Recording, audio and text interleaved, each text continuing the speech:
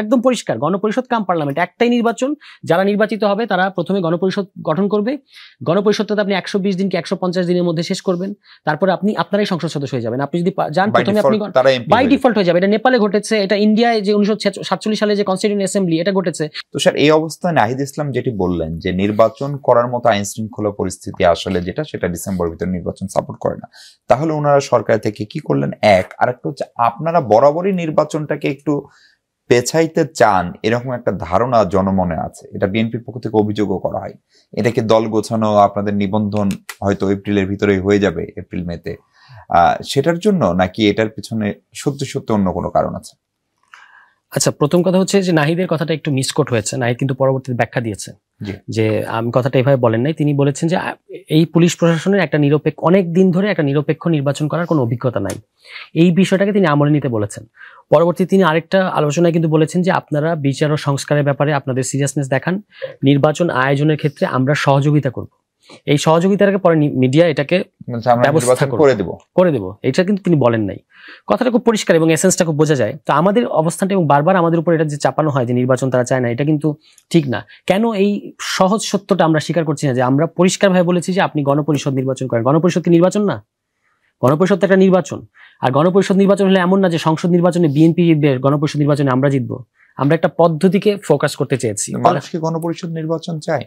মানুষ গণপরিষদ নির্বাচন চায় কিনা সেটা তো আপনি গণভোট করেন, তাহলে গণভোট করে দেখেন। আপনি তো এইভাবে বললে হবে না যে গণপরিষদ নাকি সংসদ।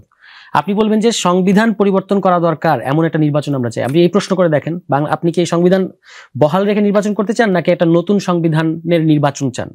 এই কথাটা বললে আপনি ওভারহেলমিংলি পিপল কি বলে সেটা দেখবেন। আমি আপনাকে আরেকটা তথ্য দিই। খালেদ মহিউদ্দিন সাহেব একটা জরিপ করেছেন তার পেজ থেকে, যে নাহিদ ইসলাম বলেছেন যে এই যে আপনি যে কথাটা বললেন সেটাই। তো আপনি কি মনে করেন যে, যদিও কথাটা মিসকোট করেছেন খালেদ সাহেব, কিন্তু ওই কথাটাই যে বিচারের আগে নির্বাচন হবে না, আপনি কি এই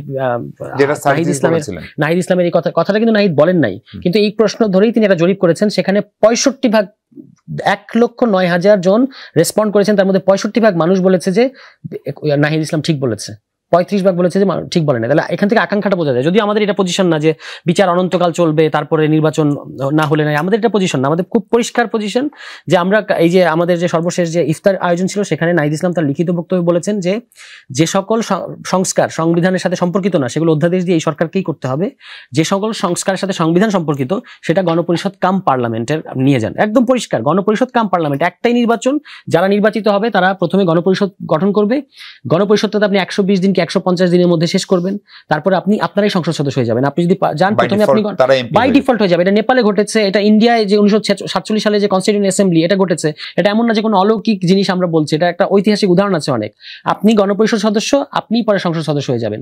ইভেন এমন উদাহরণ আছে আপনি প্যারালালি দুটাই, 3 দিন আপনি গণপরিষদ সদস্য, 3 দিন আপনি সংসদ সদস্য।